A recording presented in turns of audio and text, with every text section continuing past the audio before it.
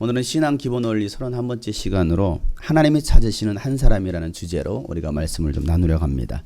하나님이 찾으시는 한 사람. 하나님이 찾으시는 한 사람.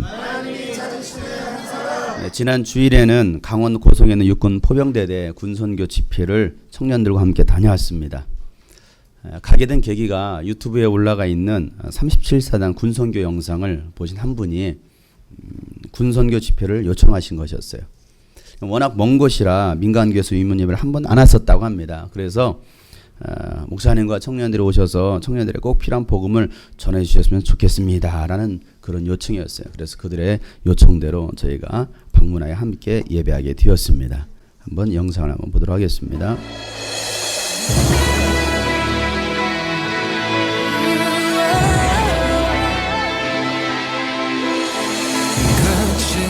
먼지 마시며 붉은 태양의 온몸이 다도 달려왔다요 견뎌왔다요 하나나 소망으로 세찬 눈보라 속에서 나를 막는 시련에 부딪힐 때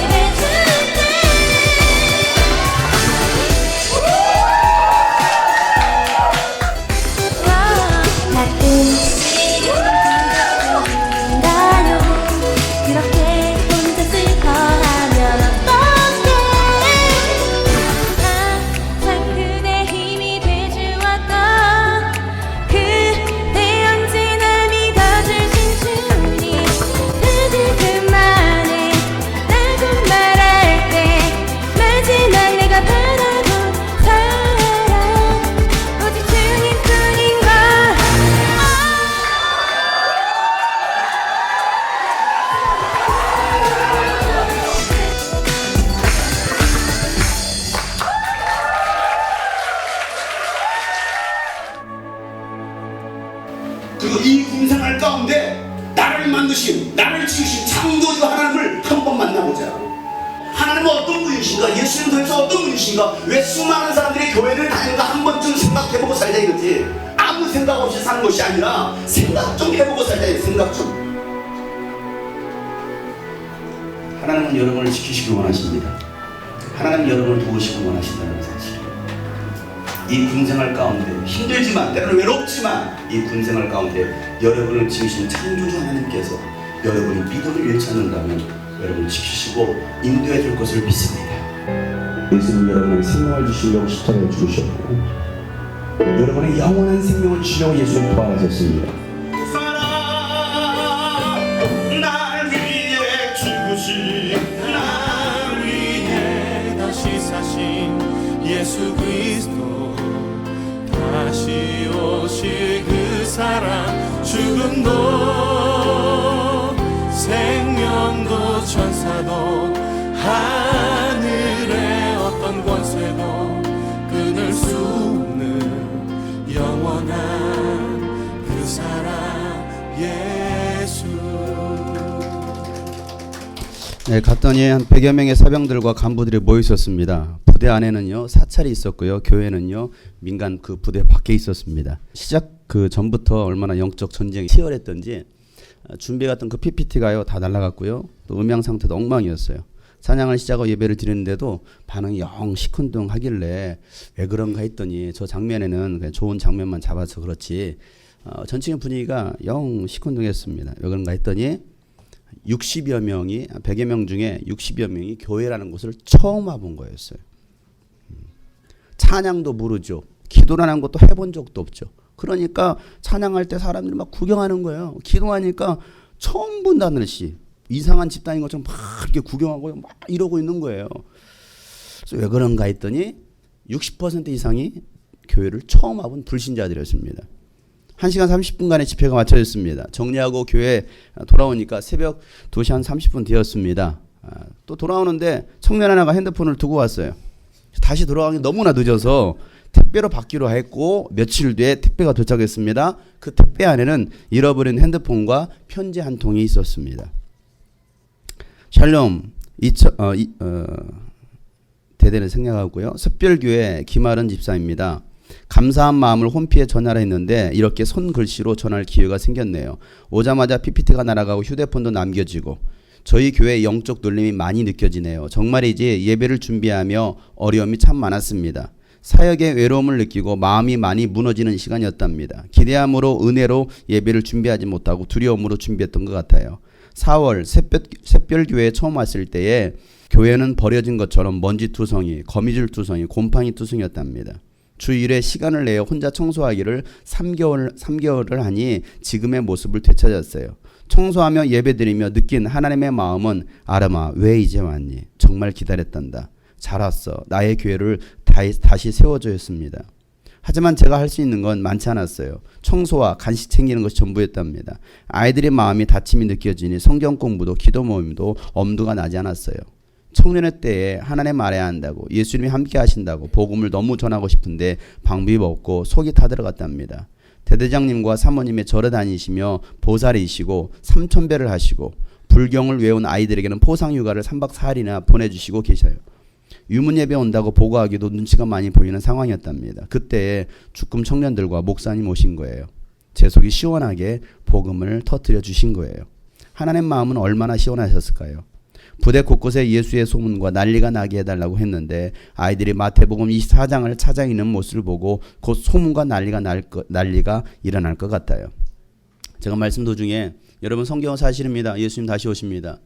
지금 마지막 시대입니다. 예수님께서 마태복음 24장에 예수님 오실 마지막 때를 예언하셨습니다. 그 말이 끝나자마자 아이들이 막 성경을 찾기 시작했어요.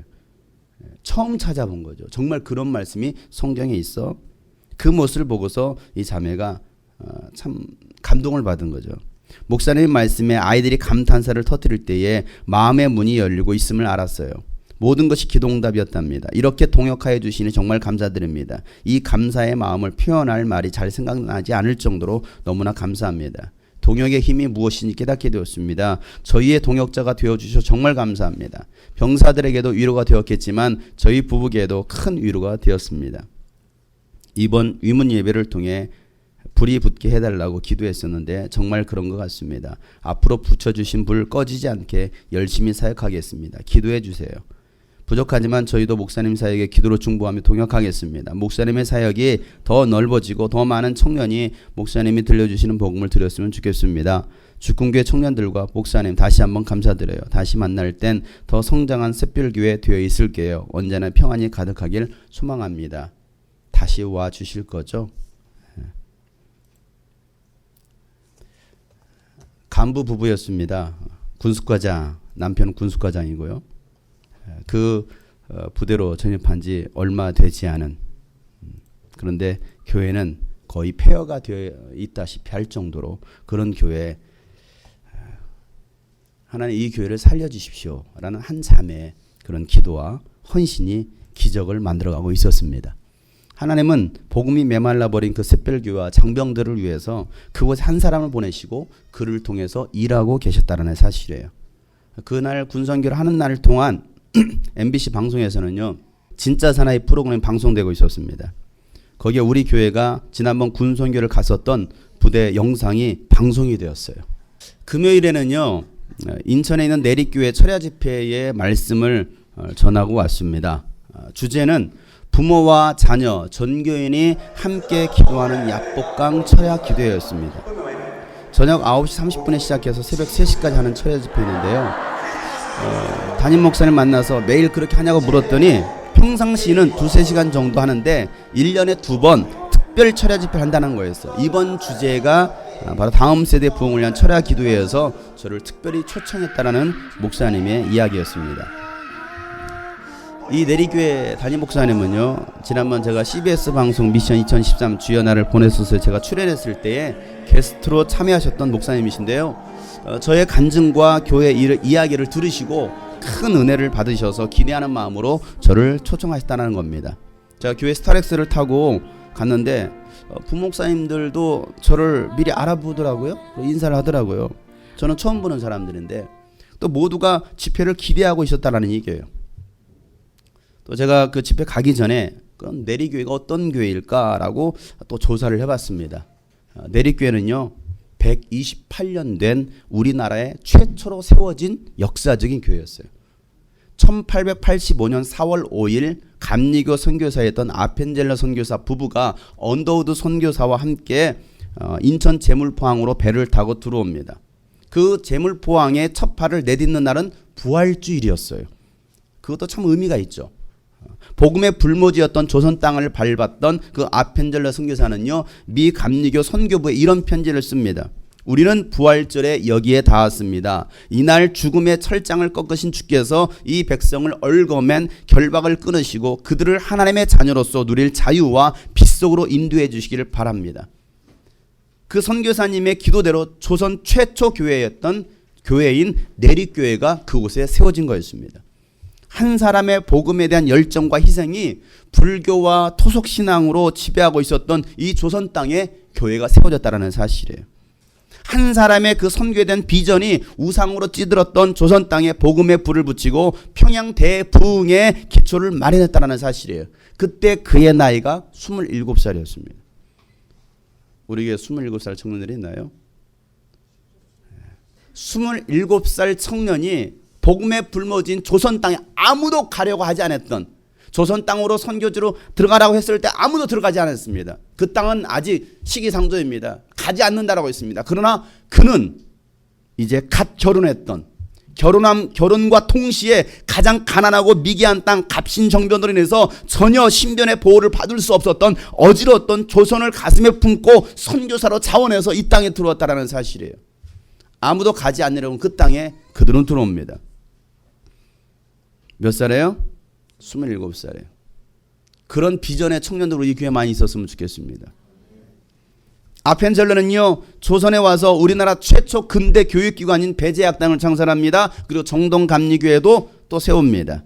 1902년에 목포에서 열리는 성서번역위원회에 참석하기 위해서 배를 타고 가다가 군산 앞바다에서 추돌사고로 45세 순교를 합니다.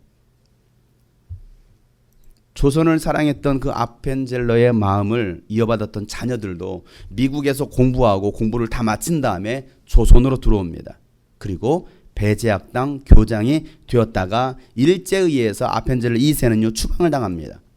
조선을 사랑했던 그 아펜젤러 2세 그 아들은요 1953년 12월 1일 뉴욕 감리교 병원에서 세상을 떠나면서 그는 이런 유언을 남깁니다. 내가 죽으면 한국 땅에 묻어달라. 자기 나라도 아니잖아요. 미국 사람이잖아요. 뭐 한다고 여러분 이 땅에다가 자신의 그 유해를 묻어달라고 합니까? 그의 유언대로요. 그 유해가 양화진에 묻혀 있고 묘비에는 이렇게 써 있습니다. 영원하신 팔이 내 아래에 있도다. 신명기 33장 27절에 있는 말씀입니다. 영원하신 팔이 내 아래에 있도다. 아펜젤러의 딸이었던 앨리스 아펜젤러는요. 미국에서 학위를 받고 마친 다음에 한국으로 돌아옵니다. 그리고 평생 독신으로 살면서 이화학당을 섬깁니다. 그리고 1950년 2월 20일 반석유의 집을 지으라는 설교를 하다가 강단에서 죽음을 맞이합니다. 하나님의 부르심을 받습니다. 그의 묘비에도 이렇게 써 있습니다. 섬김을 받으려 함이 아니라 도리어 섬기려 하러 왔노라. 그리고 그분도 이 땅에 붙입니다. 아버지가 사랑했던 조선을 자녀들도 사랑했고 모두 아버지와 함께 조선 땅에 묻혔습니다. 한 사람의 희생이 수많은 사람을 구원했고 평양 대부흥과 오늘의 대한민국을 잇겠다라는 사실이에요. 그 사실을 얼마나 알고 있을까요? 저도 그 교회에 가서 그 교회 집회하러 가면서 그 사실을 알게 되었어요. 그 역사적인 교회에 역사적인 사람과 함께 역사적인 목사가 가서 설교를 하고 있었으니 얼마나 역사적인 일입니까? 하나님은 오늘도 그 한 사람을 찾으십니다. 누가 그 한 사람이 될 것이냐 이거예요. 하나님을 사랑하고 하나님만을 잘 섬겼던 다윗 왕이 죽습니다. 다윗 왕이 죽은 다음에 그 왕위를 이었던 사람이 바로 다윗의 아들 솔로몬입니다. 그런데 다윗은 하나님을 잘 섬겼는데 솔로몬 시대부터 시작해서 솔로몬 왕을 비롯해서 이스라엘의 역대 왕들은요 하나님을 섬기기보다는 우상을 숭배합니다. 열왕기상 11장 6절부터 10절에 있는 말씀, 주님 앞에서 악행을 하였다. 그의 아버지 다윗은 주님께 충성을 다하였으나 솔로몬은 그러하지 못하였다. 솔로몬은 예루살렘 동쪽 산에 모압의 혐오스러운 우상 그모스를 섬기는 산당을 짓고 암몬 자손의 혐오스러운 우상 몰렉을 섬기는 산당도 지었는데 그는 그의 외국인 아내들이 하자는 대로 그들의 신들에게 향을 피우며 제사를 지냈다. 이와 같이 솔로몬의 마음이 주 이스라엘 하나님을 떠났으므로 뭐 했어요? 떠났으므로 주님께서 솔로몬에게 뭐 하십니까? 진노하셨다. 주님께서는 2번씩이나 솔로몬에 나타나셔서 다른 신들을 따라가지 말라고 당부하셨지만 솔로몬은 주님께서 하신 말씀에 순종하지 않았다. 하나님을 섬겨야 할 솔로몬 왕이 이방 여인을 사랑하면서 이방 여인들을 가지고 들어온 우상들을 섬기는 산당, 제사 지내는 산당을 예루살렘 동쪽 산에 짓고 제사를 지냅니다. 어디에 짓고요? 예루살렘 동쪽 산에. 예루살렘 동쪽 산은 지금의 올리브산이라고 하는 감람산입니다. 하나님을 섬겨야 할 이스라엘 백성들이 그모스 신과 몰렉 신을 섬기는 그 몰렉 신을 섬기기 위해서 그들이 했던 일은 무엇입니까? 예루살렘 성을 등지고 하나님의 성전이었던 예루살렘 성을 등지고서 우상 신들을 향해서 절을 했다는 사실이에요. 하나님은 나 외에는 다른 신을 섬기지 말라라고 주님 말씀하셨습니다.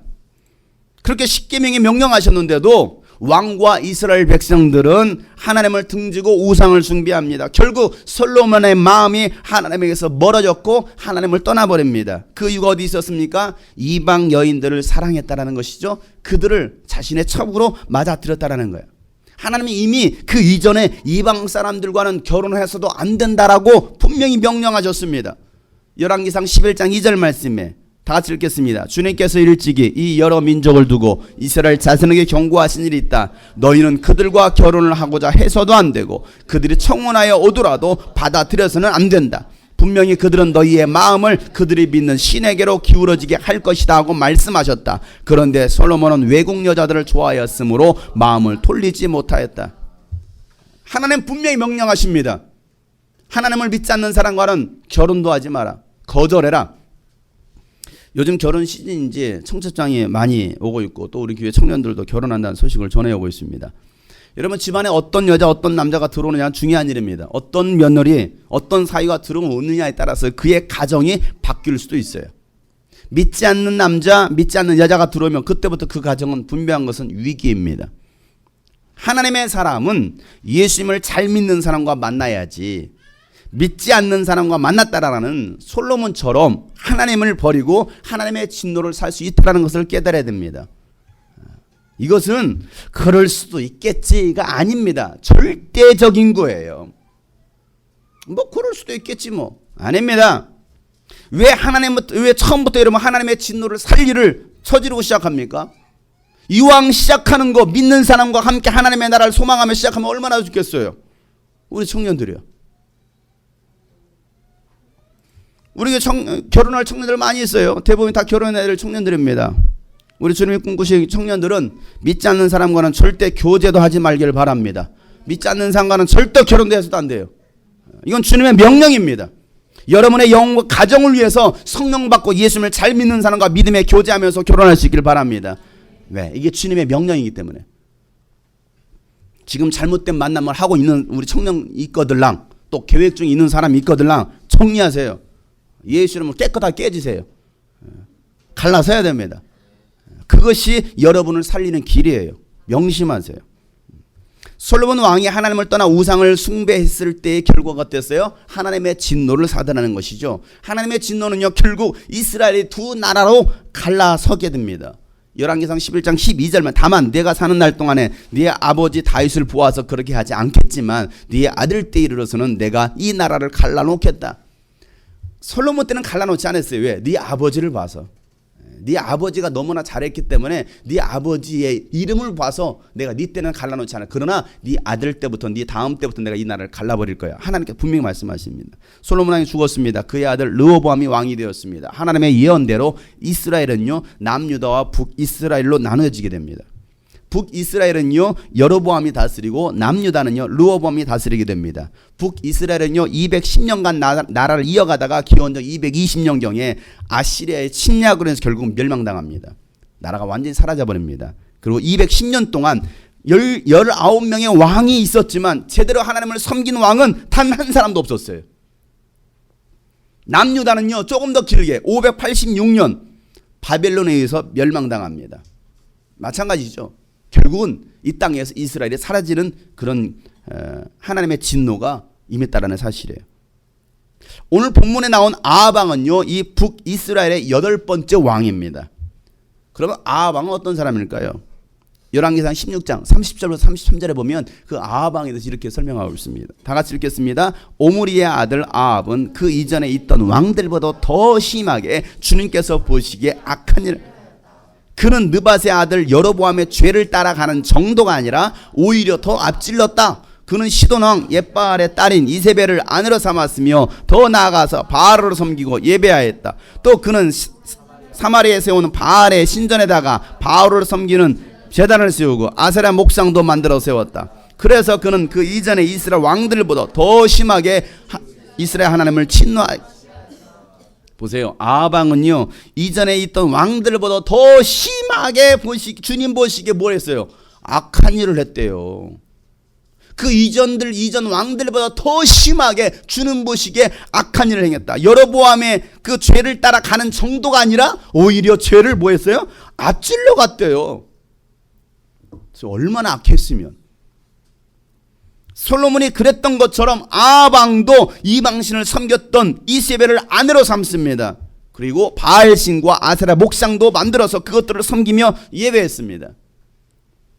결국 그 이전의 이스라엘 왕들보다도 더 심하게 이스라엘 하나님을 진노하시게 했다라고 성경은 기록하고 있어요. 얼마나 악한 사람이었는지, 얼마나 하나님을 거역하는 사람이었는지. 그런 배경에 그런 시대에 나왔던 선지자가 바로 엘리야예요. 누구라고요? 엘리야. 엘리야는요 정말 특별한 선지자입니다. 이스라엘 땅에 가뭄을 선포하고 하늘로부터 비를 내리고 갈멜산에서 바알 선지 450명 칼로 쳐 죽이고 사렙대 과부의 죽은 아들을 살리기도 하고 마지막에는요 죽음을 맛보지 않고 불말들이 끄는 불수레를 타고 하늘로 올라간 선지자가 바로 엘리야입니다. 죽음을 맛보지 않은 사람이에요. 그냥 바로 하늘로 승천한 사람이에요. 구약시대 마지막 선지자였던 말라기 선지자는요, 하나님께서 다시 엘리야를 이 땅에 보내실 거다라고 예언을 합니다. 말라기 4장 5절 말씀에 주의 크고 두려운 날이 이르기 전에 내가 너희에게 엘리야 예언자를 보내겠다. 그러니까 여러분 생각해 보세요. 엘리야를 보내겠다라고 해서 이스라엘 백성 누구를 기다리겠습니까? 당연히 엘리야가 우리가 위대하게 생각했던 가장 위대한 선지자라고 생각했던 그 엘리야를 하나님께서 보내주신다라고 말씀하셨기 때문에 엘리야 선지자는 다시 오실 것이다. 그래서 여러분 예수님 시대에도요 엘리야를 기다리고 있었습니다. 제자들도 엘리야를 존경하고 있었습니다. 예수님 베드로와 야고보와 요한을 데리고 산에 오르셨습니다. 그래서 갑자기 예수님 모습이 변합니다. 그러더니 거기에 예수님과 모세와 엘리야가 그 자리에 함께 있었습니다. 누가 있었다고요? 예수님, 모세, 엘리야. 왜 거기에 모세와 엘리야와 예수님이 계시느냐 이거예요. 모세는요 율법의 대명사예요. 율법하면 모세입니다. 이스라엘 애굽에서 탈출시켰던 가나안 땅으로 인도했던 가장 위대한 지도자 모세입니다. 엘리야는 누구입니까? 선지자 중에 선지자죠. 다시 오실 선지자죠. 마태복음 17장 1절부터 4절 말씀. 그리고 엿새 뒤에 예수께서는 베드로와 야고보와 그의 동생 요한을 따로 데리고서 높은 산에 올라가셨다. 그런데 그들이 보는 앞에서 그의 모습이 변화했다. 그의 얼굴은 해와 같이 빛나고 옷은 빛과 같이 희게 되었다. 그리고 모세와 엘리야가 그들에게 나타나더니 예수와 더불어 말을 나누었다. 그때 베드로가 예수께 말하였다. 선생님, 우리가 여기에 있는 것이 좋습니다. 원하시면 제가 여기에다 초막을 셋을 지어서 하나는 선생님을, 하나는 모세를, 하나는 엘리야를 모시도록 하겠습니다. 얼마나 엘리야가 그들이 생각할 때 위대한 선지자고 사모할만 하고 존경만 하는 사람이었던지 엘리야와 모세가 나오니까 엘리야를 위해서 초막을 지차라고 말할 정도로 이스라엘 백성들에게는 엘리야 선지자는요 신비하면서도 위대한 지도자였습니다. 그런 엘리야가 열왕기상 17장에 등장하기 전까지는 엘리야에 대한 기록이 전혀 없다라는 사실이에요. 출생 신분도 없습니다. 아버지 이름도 안 나옵니다. 가족도 안 나옵니다. 그러다 갑자기 17장이 등장합니다. 등장하자마자 아방에게 하는 말이 이런 거예요. 자, 1절 열왕기상 17장 1절 길르앗의 디셉에 사는 디셉 사람 엘리야가 아합에게 말하였다. 내가 섬기는 주 이스라엘 하나님께서 살아계심을 두고 맹세합니다. 내가 다시 입을 열기까지 앞으로 몇 해 동안은 비는커녕 이슬 한 방울도 내리지 않을 것입니다. 그가 살고 있었던 지역만 나옵니다. 디셉 사람 엘리야가 아합에게 갑자기 말을 합니다. 내가 섬기는 주 이스라엘의 하나님께서 살아계심을 두고 맹세하기를 내가 다시 입을 열기 전까지는 앞으로 몇 해 동안은 비는커녕 이슬 한 방울도 내리지 않을 것입니다. 여러분 엘리야는 어떤 사람입니까? 하나님을 섬기는 사람입니다. 그 시대 모두가 하나님을 버리고 이방신을 섬기면서 우상 숭배를 했어도 엘리야만큼은 하나님을 섬겼습니다. 어떤 하나님으로 섬깁니까? 하나님은 살아 계신다라고 말하고 있어요. 오늘 엘리야가 말하기를 아방에 말하기를 하나님은 살아 계십니다라고 말하고 있다는 사실이에요. 하나님이 눈에 보이지 않고 역사 속에 일하고 계신 것 같지 않게 느껴졌지만 엘리야는 하나님은 살아 계신다라고 알고 믿었다는 사실이죠. 사랑하는 여러분, 하나님은 살아 계십니다. 이 사실을 믿을 수 있기를 바랍니다. 하나님은 살아 계신다라는 것. 예수님은 2000년 전에 이 땅에 오셔서 우리 죄를 위해서 죽으셨을 뿐만 아니라 3일 만에 부활하셨고 하늘로 승천하셔서 오늘도 살아 계십니다. 히브리서 13장 8절 말씀에 예수 그리스도께서는 어제나 오늘이나 영원히 한결같은 분이시다라고 말씀하고 계십니다. 예수님은 과거에만 계셨던 분이 아니라 영원히 계시고 다시 오실 하나님이시라는 사실이에요. 그 예수님의 이름을 믿을 때 저와 여러분에게 영원한 생명이 있다는 사실입니다. 요한복음 3장 18절 말씀에 아들을 믿는 사람은 심판을 받지 않습니다. 그러나 믿지 않는 사람은 이미 심판을 받았다라는, 그것은 하나님의 독생자 아들의 이름을 믿지 않았기 때문에 심판을 받았다라는 거예요. 여러분, 이 성경을 기록한 이유가 무엇입니까? 이 성경을 기록한 이유는 예수님은 살아계신 하나님의 아들이시오 그리스도임을 믿게 하려고, 그래서 그 이름으로 생명을 얻게 하려고 우리에게 이 성경을 기록하여 남겨뒀다는 사실입니다. 요한복음 20장 31절 말씀에 다 같이 읽겠습니다. 그런데 여기에 이것이나마 기록한 목적은 여러분으로 하여금 예수가 그리스도시요 하나님의 아들이심을 믿게 하고 또 그렇게 믿어서 그의 이름으로 생명을 얻게 하라는 것이다. 그래요. 사도 요한은요, 예수를 믿는 사람들은 영원한 생명을 가지고 있다는 것을 알게 하려고 편지를 썼다라고 말하고 있습니다. 요한일서 5장 13절 말씀에 나는 하나님의 아들의 이름을 믿는 사람들인 여러분에게 이 글을 씁니다. 그것은 여러분이 영원한 생명을 가지고 있다는 것을 알게 하려고 이 서신을, 이 편지를 쓰고 있다라고 말하고 있어요. 여러분이 예수의 이름을 믿습니까? 그러면 여러분 안에 예수의 생명이 있음을 믿으시길 바랍니다. 영원한 생명이 여러분 안에 있다는 사실이에요. 이것이 우리가 가져야 될 신앙인 거예요. 예수님 안에 생명이 있고 그 예수님은 살아계신다는 것입니다. 세상이 다 변해도 이 믿음만큼은 절대로 변해서는 안 됩니다. 변하면 버리는 거예요.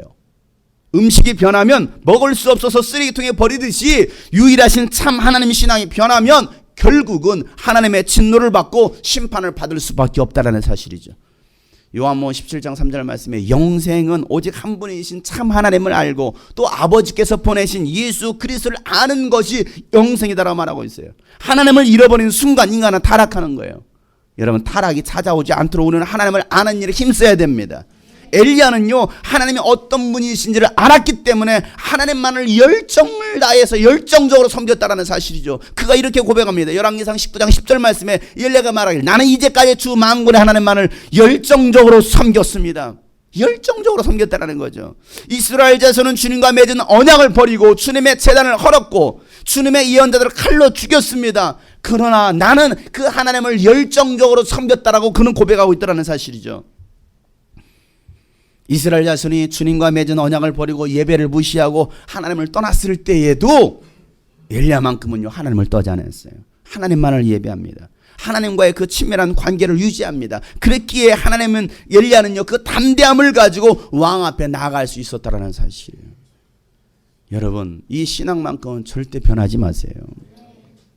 하나님 앞에서 그 신앙감은 절대 변질하지 말라 이거예요. 가장 안타까운 게 뭡니까? 잘 하다가 무너지는 거예요. 떠나버리는 거예요. 가장 불행한 사람이 가장 비참한 거예요. 세상이 다 변해도 다 떠나도 여러분만큼 떠나지 마세요. 부탁입니다. 왜? 그날이 멀지 않았기 때문에. 엘리야는 이스라엘 땅에 비가 내리지 않을 것을 담대하게 왕 앞에 선포합니다. 하나님의 말씀이라면 왕 앞에서도 두려워하지 않는 사람이었어요. 왕이 하나님을 떠나 우상을 섬기는데 그 앞에서 하나님은 살아계신다, 가뭄이 찾아올 것이다, 여러분 말이 쉽겠어요? 그건 어려운 거예요. 언제 죽을지 모르는 거예요. 그런데도 하나님께서 말씀하시니까 엘리야는요, 담대하게 하나님의 말씀을 선포하더라는 거예요. 사람의 비유를 맞추는 사람이 아니었습니다. 신앙생활은 사람의 비유를 맞추고 사람의 눈치를 보며 사는 것이 아닙니다. 하나님의 눈치를 보고 하나님을 기쁘시게 하는 것이 바로 신앙생활이라는 것이죠. 바울은 그래서 갈라디아서 1장 10절 말씀에 내가 지금 사람들의 마음을 기쁘게 하려고 하고 있습니까? 아니면 하나님의 마음을 기쁘게 해드리려고 하고 있습니까? 아니면 사람의 환심을 사려고 하고 있습니까? 내가 아직도 사람의 환심을 사려고 하고 있다고 한다면 나는 그리스도의 종이 아닙니다라고 바울은 고백하고 있어요. 여러분, 누구의 비유를 맞춥니까? 누구의 마음을 기쁘게 하려고 여러분 교회 다니십니까? 신앙생활은요, 하나님을 기쁘시게 하는 거예요. 사람의 마음을 사는 게 아니라는 사실이에요. 사람의 마음을 환심을 사기 위해서 하는 것이 아니더라는 사실이에요. 여러분, 이 자리에 왜 나오셨나요? 저의 눈치 때문에 오셨나요? 아니면 여러분 주일이니까 교회 가야 돼서 여러분 나오셨습니까? 그게 아니더라는 사실이에요. 살아계신 하나님을 믿는 신앙. 베드로가 안진뱅이를 일으키고 복음을 전하다가 제사장들과 사두개파 사람들에 의해서 종교 재판에 넘겨지고 공갈 협박을 당합니다. 율법학자들은요, 이 베드로를 향하여, 제자들을 향하여 다시는 예수의 이름으로 가르치지도 말고 능력도 행하지 말라라고 경고합니다. 협박합니다. 그때 베드로는 담대하게 선포하죠. 사도행전 4장 19절부터 20절 말씀에 그때 베드로와 요한은 대답하여 다 같이 하나님의 말씀을 듣는 것보다 당신의 말을 듣는 것이 하나님 보시기에 옳은 일인가를 판단해 보십시오. 우리는 보고 들은 것을 말하지 않을 수 없습니다. 내가 하나님의 말씀을 듣는 것보다 당신의 말을 듣는 것이 과연 옳은지 한번 생각해 보십시오. 나는 보고 들은 말을 내가 말하지 않을 수 없습니다. 여러분, 복음을 가진 사람은요, 핍박이 오면 올수록 더 담대해집니다. 이게 진짜더라 이거예요. 더 단단해지는 거예요. 죽음을 두려워하지 않습니다. 이 믿음이 우리에게 있기를 축복합니다. 아하방이 3년 6개월 만에 엘리야를 찾았을 때에 아하방이 엘리야에게 했던 말이 뭔지 아십니까? 그대가 바로 이스라엘을 괴롭히는 자요. 누가 지금 괴롭히고 있는지 몰라요. 이걸 누가 괴롭히고 있습니까? 자기가 괴롭히고 있으면서도 자기가 괴롭히고 있는지를 모르는 거야. 자기가 불신해서 하나님 믿지 않아서 우상 숭배해서 그 땅에 저주가 임했는 것을 알지 못하는 거예요. 누구한테 잘못하다고 탓하고 있습니까? 오히려 엘리야에게 탓하고 있는 거예요. 우리 집안이 망하는 다 너 때문에 그래. 예수 믿는 사람들한테. 아유, 며느리가 잘못 들어와서 예수쟁이가 들어와가지고 난리야. 아니요, 지금 누가 잘못됐는지를 모르고 있는 거예요. 오늘 이 아하방이 그대가 바로 이스라엘을 괴롭히는 자요. 그때 엘리야가 또 뭐라고 말합니까? 18절에 다 같이 읽겠습니다. 엘리야가 대답하였다. 내가 이스라엘을 괴롭히는 것이 아니라 임금님과 임금님 아버지의 가문이 괴롭히는 것입니다. 임금님께서는 주님의 계명을 내버리고 바알을 섬기십니다. 내가 괴롭히는 것이 아니라 왕과 왕의 가문이 괴롭히고 있는 것입니다. 아, 이거 완전 미친 사람이죠. 그잖아요. 내가 아니라 시아버지 때문에 그런 거예요. 이렇게 말할 수 있나요? 무엇이라고? 이 며느리가 미쳐도 당당히 미쳤네. 내가 문제가 아니라 아빠가 문제야, 엄마가 문제라고 말할 수 있겠느냐 이거예요. 맞아 죽을 각오하고. 오늘 엘리야는 그렇게 말하고 있는 거예요. 당당하게 말합니다. 왕이 주님의 계명을 버리고 우상을 숭배하기 때문에 이스라엘의 저주가 임했다라고 말합니다. 여러분, 이런 담대함이 어디서 나올까요? 간땡이가 부어도 단단히 부었어요. 이 담대함이 어디서 나올까요? 엘리야는요, 하나님을 백으로 삼고 있었어요. 하나님이 그의 든든한 후원자였습니다. 그러니 여러분, 얼마나 당당하겠습니까? 믿는 구석이 있는 거죠. 믿는 구석이 있으면요, 당당합니다. 한겨레도요, 우리 아빠한테 이런다, 당당한 구석이 있는 거예요. 왜? 믿는 구석이 있다 이거죠. 엘리야는 아하방에게 바알 선지자 450명과 이스라엘 백성들을 갈멜산으로 모아서 결투를 신청합니다. 그리고 그는요, 유명한 말을 남기죠. 열왕기상 18장 21절 큰 소리로 엘리야처럼 한번 읽어보세요. 시작. 그러자 엘리야가 그 모든 백성 앞에 나서서 이렇게, 여러분은 언제까지 양쪽의 다리를 걸치고 머뭇거리고 있을 것입니까? 주님이 하나님이면 주님을 따르고 바알이 하나님이면 그를 따르십시오. 그러나 백성은 한마디도 그에게 대답하지 못. 그래요. 이렇게 당당하게 말할 수 있어야 되는 거예요. 여러분은 언제까지 양쪽의 다리를 걸치고 머뭇거리고 있을 것입니까? 주님이 하나님이면 주님을 따르고 바알이 하나님이면 그를 따르십시오. 담대한 어정쩡. 여러분, 언제까지 양쪽 다리를 걸치고 있을 것인가요? 주님이 하나님이시면 좀 따르시고요, 바알이 하나님, 바알 좀 따르세요. 이렇게 말하잖아요. 당당하게 말하는 거예요. 1+1은 귀요미. 당당하게 말할 수 있어야죠. 여러분, 어정쩡하게 신앙생활하는 사람들에게 우리는 이런 말을 할 줄 알아야 됩니다. 신앙생활 하는 것도 아니고 안 하는 것도 아니고 믿는 것도 아니고 안 믿는 것도 아니고 그리스도인도 아니고 불신자도 아닌 자들에게 예수님이 하나님이면 예수님을 따르고 바알이 하나님이면 그를 따르든지 차갑든지 뜨겁든지 신앙생활하고 말할 수 있어야 된다는 사실이에요. 그것도 신앙생활하고 있느냐? 물론 내가 그렇게 잘해야 되겠죠. 안 그럽니까? 엘리야는 그 정도의 사람이었습니다. 그는 당당하게 말할 수 있었던 거예요. 내가 믿는 예수에 대해서, 내가 섬기는 하나님에 대해서, 내가 다니고 있는 이 교회에 대해서 당당할 수 있어야 되는데, 어느 교회 다니? 주님이 왜 당당하지 못해요? 너 아직도 교회 다녀? 그렇게 됐어. 아이고, 쉽지 않아 가지고 말이에요. 너 아직도 그 일하고 있냐? 그러게 말이야. 왜 당당하지 못해요, 여러분? 드디어 갈멜산의 결투가 시작되었습니다.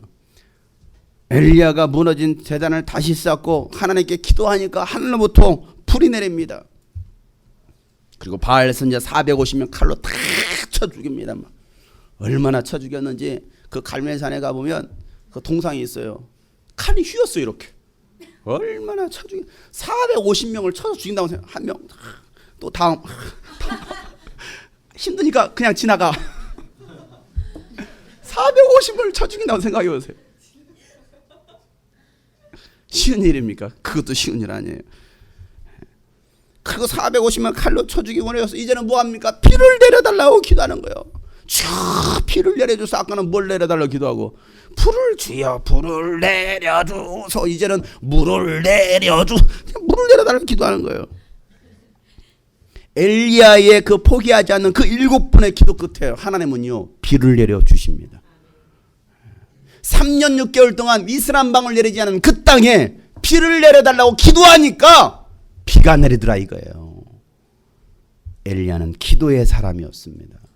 우리 교회 성도들이 이런 기도의 사람 되기를 축복합니다. 하늘문을 열 수도 있고 닫을 수 있는 그런 기도의 사람. 그 천국 열쇠를 우리에게 주셨다라고 말씀하시는데 기도하는 사람이 얼마나 있느냐 이거예요.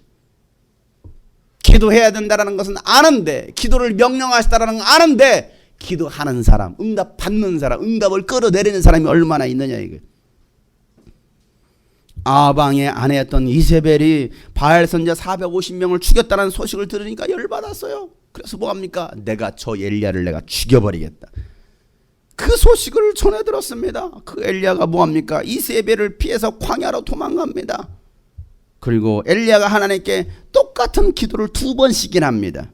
그 기도에 대해 자 14절 말씀 열왕기상 19장 14절 말씀 다 같이 읽겠습니다.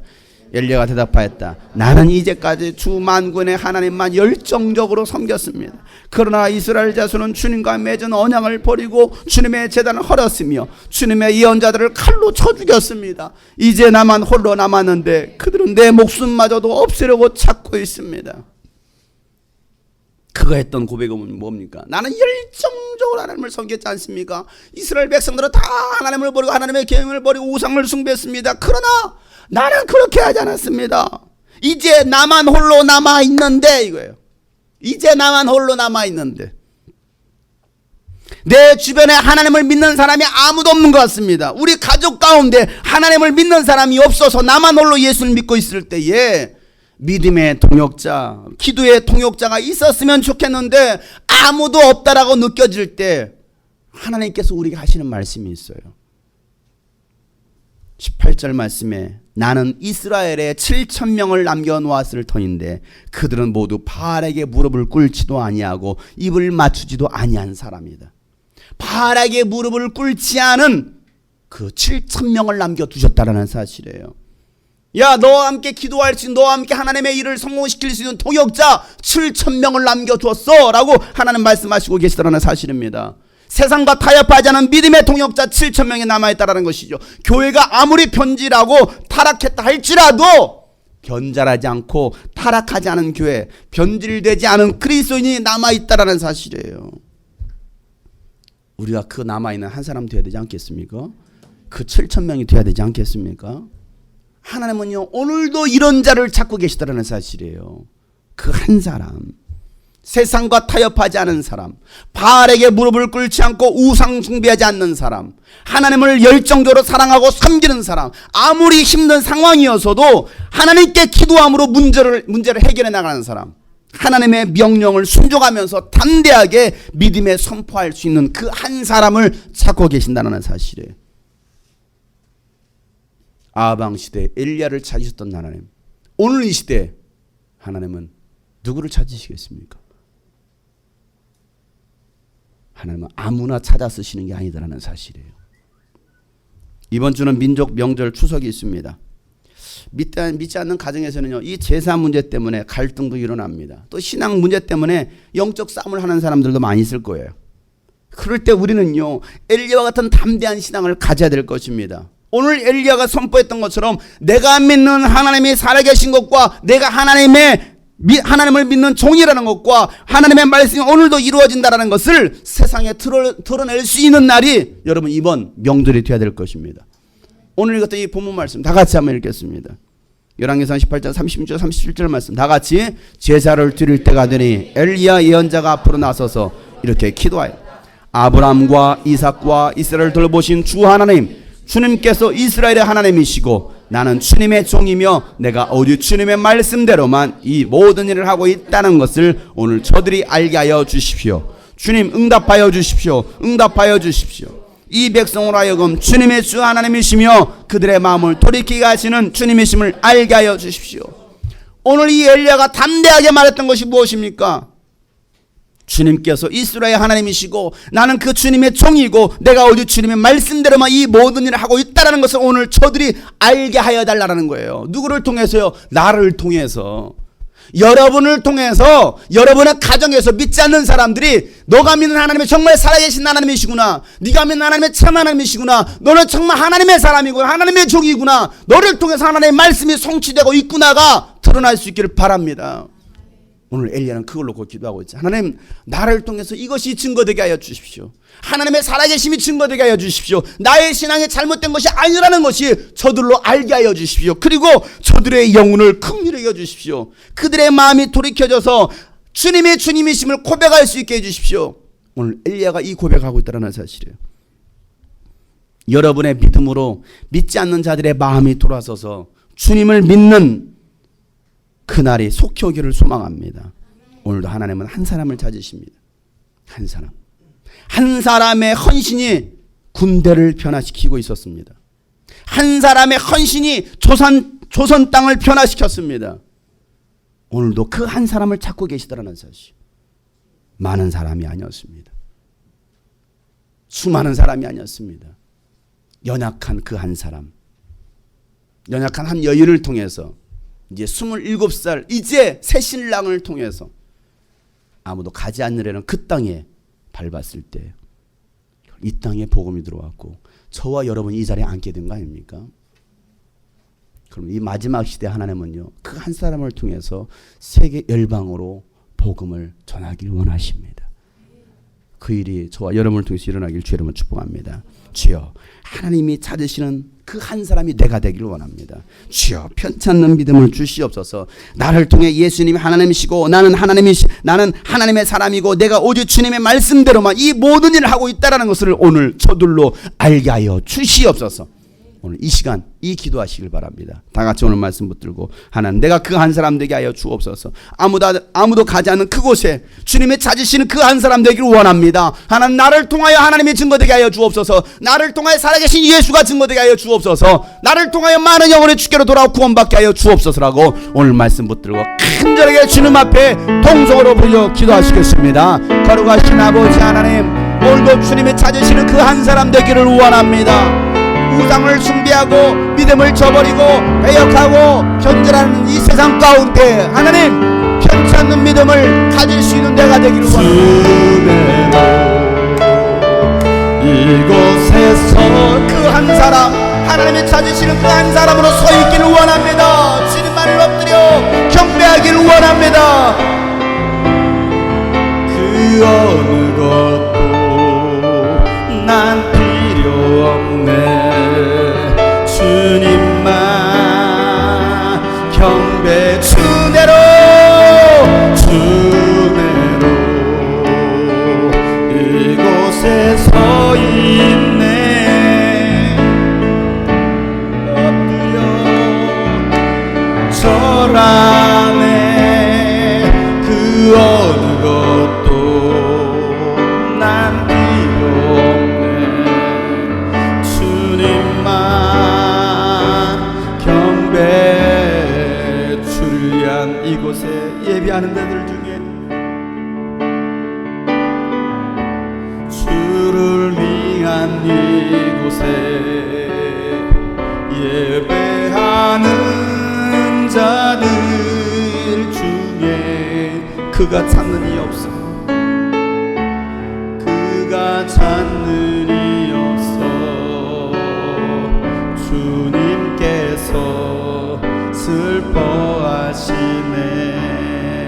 주님이 찾으시는 그 한 사람, 주님이 찾으시는 그 한 사람, 그의 내가 그 사람 되기를 간절히 원합니다. 내가 그 사람 되기 간절히 주께 예배. 우리 기도하는 마음과 찬양합시다. 주를 위한 이곳에 예배하는 자들 중에, 주를 위한 이곳에 예배하는 자들 중에 그가 찾는 이 없어, 그가 찾는 이 없어.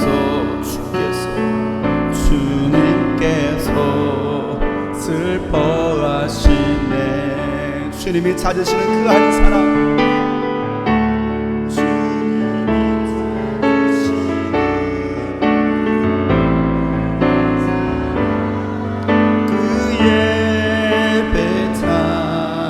내가 그 사람 되기를 원합니다. 내가 그 사람 되기 간절히 주께 예배하네. 주내로 이곳에 서 있습니다. 이곳에 서 있네. 주인들 엎드려 절하. 그 어느 것도 난 필요 없어요. 주님, 난 필요 없. 주님만 경배합니다. 주님만 경배해. 주내로 이곳에 서 있는 주인제 엎드려 절하네. 그 어느 것도 난 필요 없네. 주님만 주내로 이곳에 서 있습니다. 주내로 이곳에 주님이 찾으시는 그 한 사람으로 서 있기를 원합니다. 주님의 임재를 기대합니다. 주님과 함께 하기를 원합니다.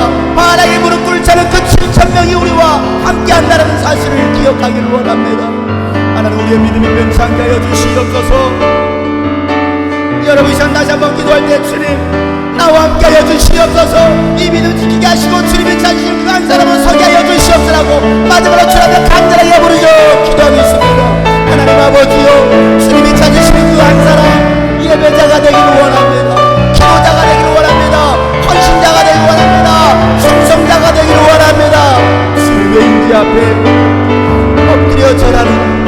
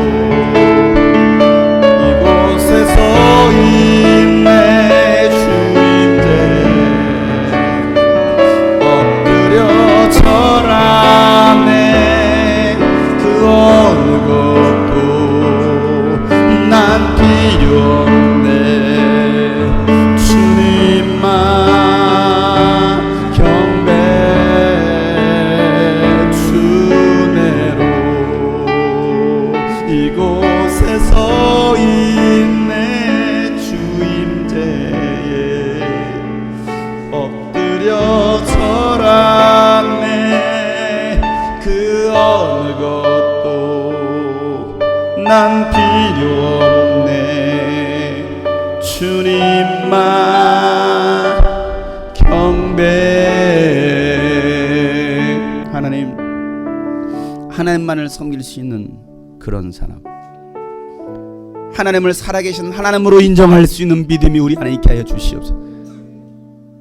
세상과 타협하지 않게 하여 주시옵소서. 나의 신앙이 변질되지 않게 하여 주시옵소서. 다 떠나도 나만큼은 떠나지 않기를 원합니다. 성령여, 이 믿음을 지켜주시옵소서. 변질은 결국은 하나님의 진노를 피할 수 없다라는 것을 깨닫게 하시고 어리석은 아방처럼 살지 아니하고 하나님과 민감했던 엘리야와 같은 그 한 사람 되게 하여 주시옵소서.